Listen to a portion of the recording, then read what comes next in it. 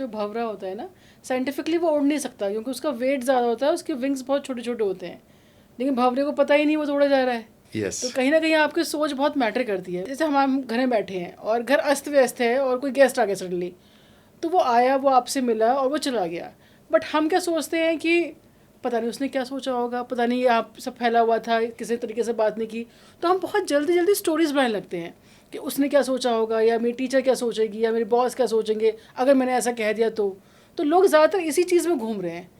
तो इसका क्या सॉल्यूशन है कि हम कर्म जब कर रहे हैं हम ये बिना सोचे से करें कि हमें कर्म करना है, हम ये सोचते हैं कि सामने वाला क्या सोचेगा। ये जो डर है ना, ये बिना मतलब का एक फोबिया की तरह लोगों ने पाल रखा है। लोग क्या कहेंगे। मैं एक आदमी से मिला, उन्होंने कहा यार मैं बड़ा परेशान हूँ और मैं मार्शल कौम से आता हूँ, ठीक है ना, ठाकुर, यादव, राजपूत, जाट, गुजर, बाल हड़कने वाले ठीक है ना, होते तो मैं मार्शल कौम से आ रहा हूँ। मैंने कहा प्रॉब्लम बताओ क्या है।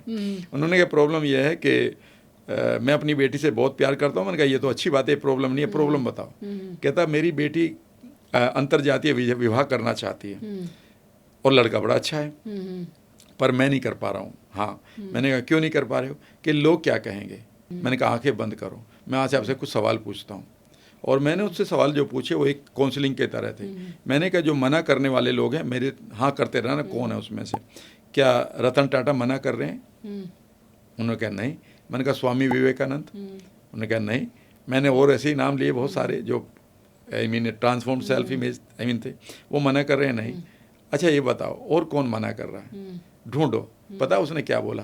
कहता सर ऐसा लग रहा है कि मेरे यहाँ एक आदमी ट्रैक्टर चलाता था, वो नौकर था मेरे यहाँ, वो कुछ कह रहा है कि बाबूजी क्या भला ये भी कोई बात है क्या? मैंने कहा सिर्फ आप उसके लिए रुक रहे हो, यानी कि आपके अंदर जो मना करने वाली सेल्फ इमेज है वो विजडमफुल नहीं है। यानी कि अगर मना करना है तो अपनी बेटी के साथ बैठो और इसके प्रोज एंड कॉन्स ढूंढना शुरू करो, टेक्निकली, लॉजिकली, फिर देखो कि इसमें क्या बात है। लेकिन अगर आपके पास जो इमेज है, बेसिकली वही तो डर है। ये आपके पास जितने भी डर हैं, जितने भी फोबिया हैं, वो तो इरेशनल हैं। यानी कि जो भी डर आपके पास है वो है नहीं, वो डर माना हुआ है, बनाया हुआ है। कई बार लोगों को ऊंचाई का डर है तो वो ऊंचाई पर नहीं जाते। किसी को डर बिना मतलब का है कि पानी का डर है। किसी को लगता है कि मेरी चारपाई के नीचे सांप तो नहीं आ गया। 20वीं मंजिल पर भी लोगों को ये डर आ रहा है। तो जब आप ये मानते हैं कि ये जज करके मुझे क्या मानेंगे, तो बेसिकली आप अपनी सेल्फ इमेज को इतना छोटा कर चुके हैं जिसको सिर्फ दुनिया की वैलिडेशन का फ़र्क पड़ता है। आपकी खुशियों का नहीं, आपकी ग्रोथ का नहीं, आपकी सक्सेस का नहीं। आप सिंपल, मेरे लिए हमेशा एक ही रूल होता है, क्या मैं इस काम को करते हुए किसी के राइट्स को एक्सप्लॉइट कर रहा हूँ? अगर नहीं तो मैं कर सकता हूँ। नंबर 2, क्या यह टेक्निकली या संविधानिक रूप से मैं कोई गलत कर रहा हूँ? नहीं। क्या ये मेरी इनर वैल्यूज़ को मैच तो नहीं कर रहा?